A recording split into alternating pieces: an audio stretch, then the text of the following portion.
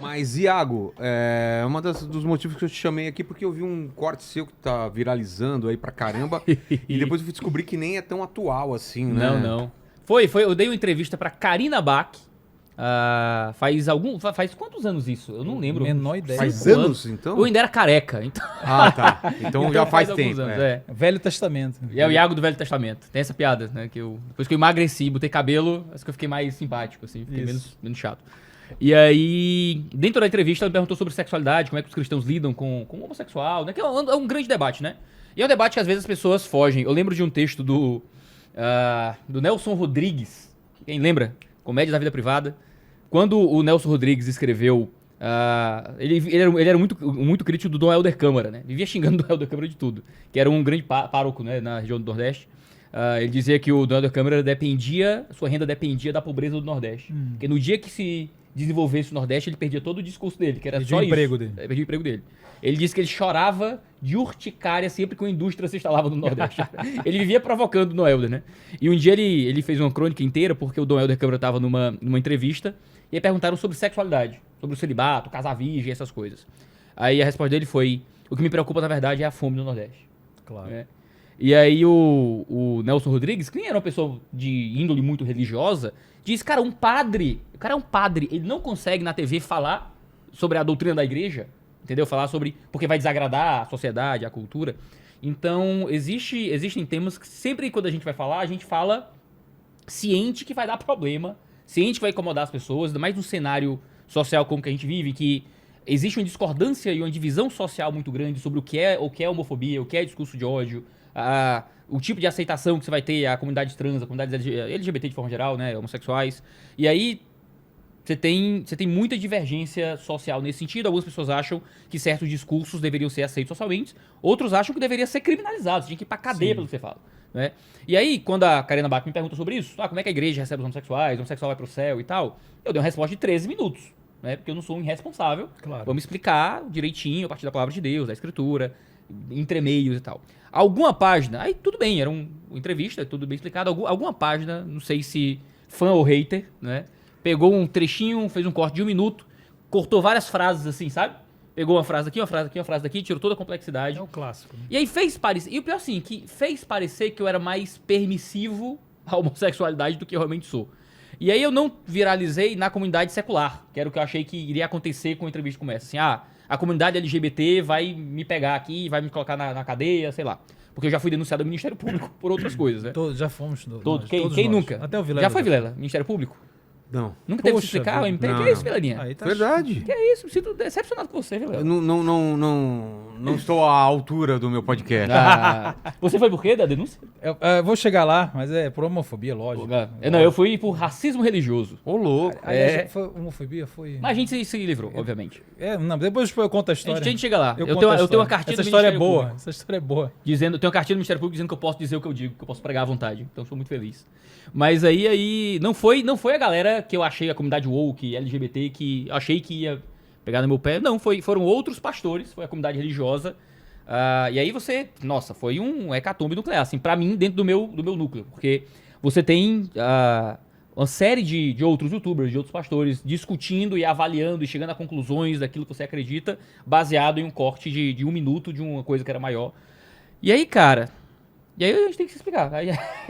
Eu acho que naquele corte você fala assim, ser homossexual não é pecado. Isso, ser gay por si só não é pecado. Essa foi a ser frase. gay por si só não é pecado. Essa frase, ela pode ser mal interpretada. Claro. E foi o que fizeram, interpretaram da pior forma possível, porque não tem a explicação do que você quis dizer. Né? Claro. Então acho que pode até partir daí, né? Sim. Então, como é Ser que a gente... gay é pecado? Pois exatamente, essa é a discussão. Porque quando a pessoa me pergunta isso, cara, é uma coisa de doido, porque ela pode estar falando de 4 coisas diferentes. Veja meu mundo, Vilela.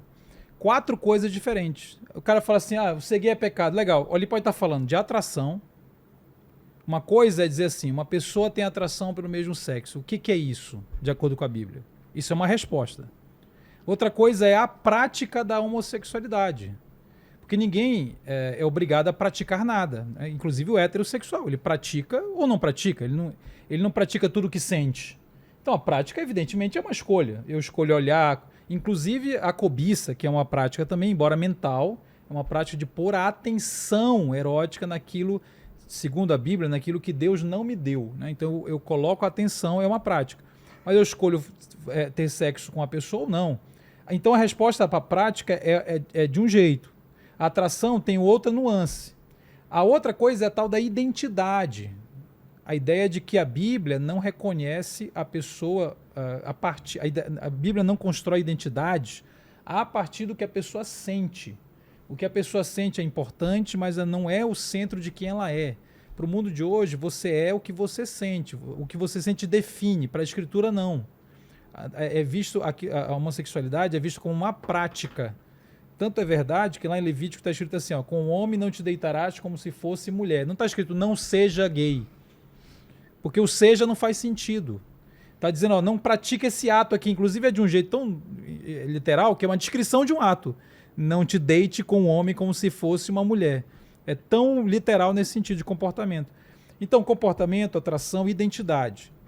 Ser gay é pecado? Você está reconhecendo a identidade homossexual como base da sua vida, a sua natureza última. Isso é problemático para relação à Bíblia. Aí a quarta coisa é a estética da pessoa.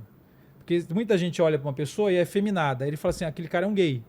Que tem trejeito. Que tem trejeito. Isso é uma outra coisa. Tem gente que não tem trejeito e tem prática. Tem gente que não tem trejeito e tem atração. Você entende como uma coisa não necessariamente está tudo junto? E tem gente que não é homossexual e tem trejeito. E tem trejeito.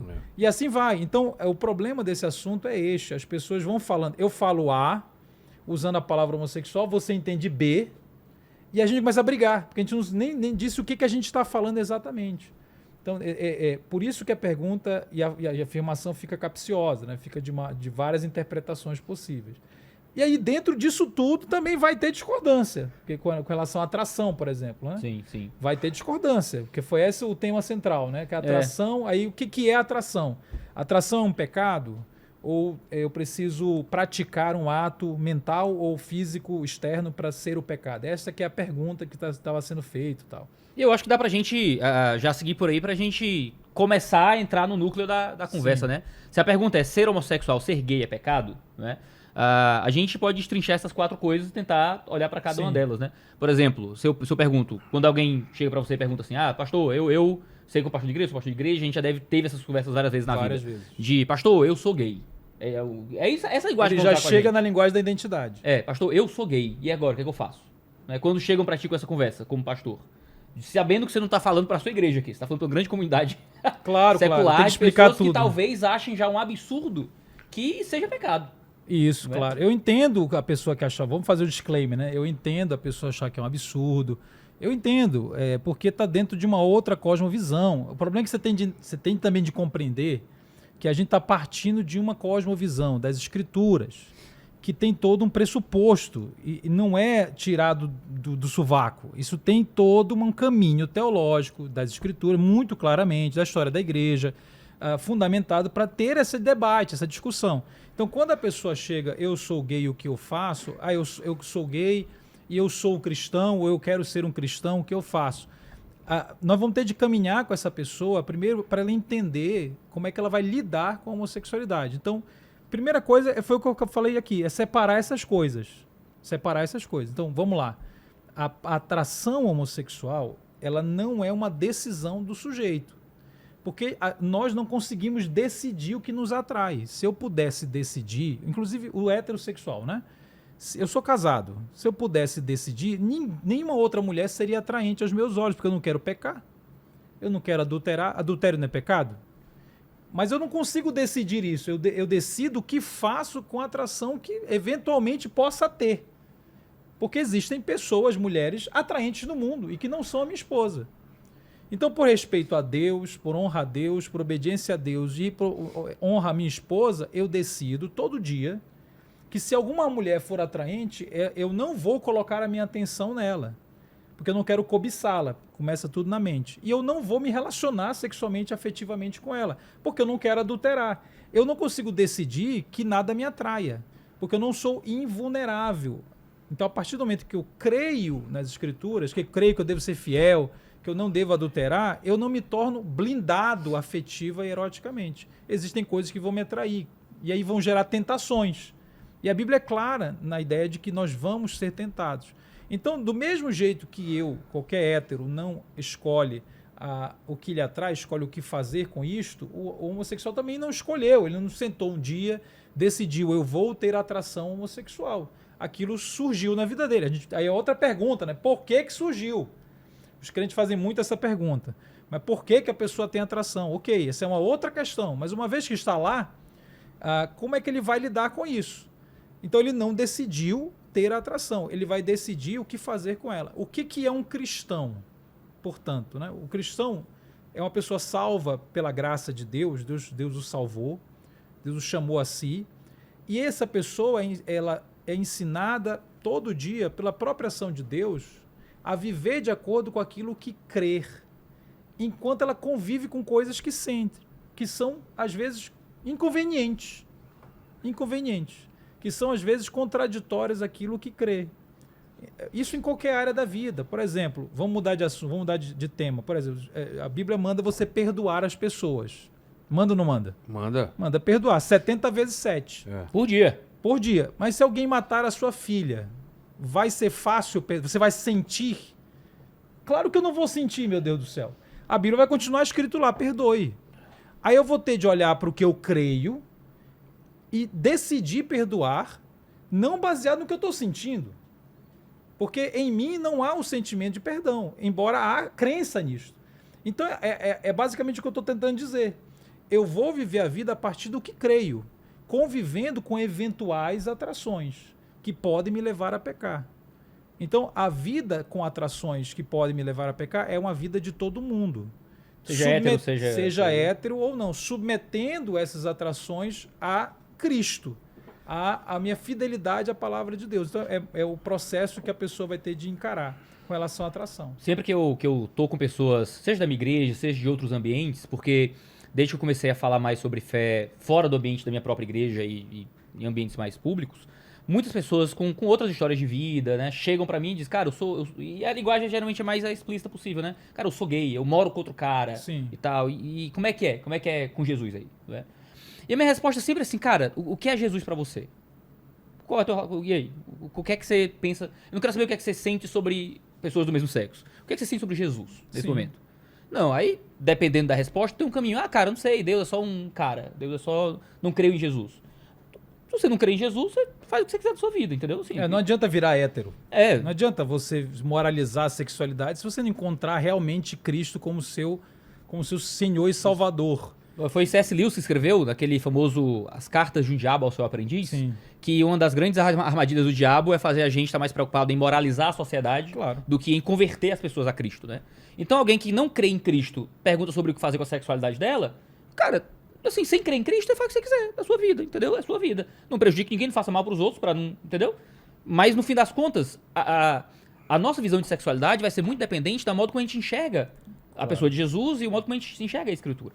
Jesus vai dizer que quem me ama guarda os meus mandamentos, né? Se a gente ama Jesus, então a gente vai tentar viver uma vida que represente a obediência à pessoa de Jesus. Então, antes de tudo, minha grande questão é, beleza, você está disposto a seguir esse Cristo? Você ama esse Jesus? Ele é o Senhor da sua vida? Ele é o seu Deus? Você crê que ele morreu na cruz para perdoar os seus pecados? Sim. Se essa é a resposta, né, então há um caminho de submissão à pessoa de Jesus.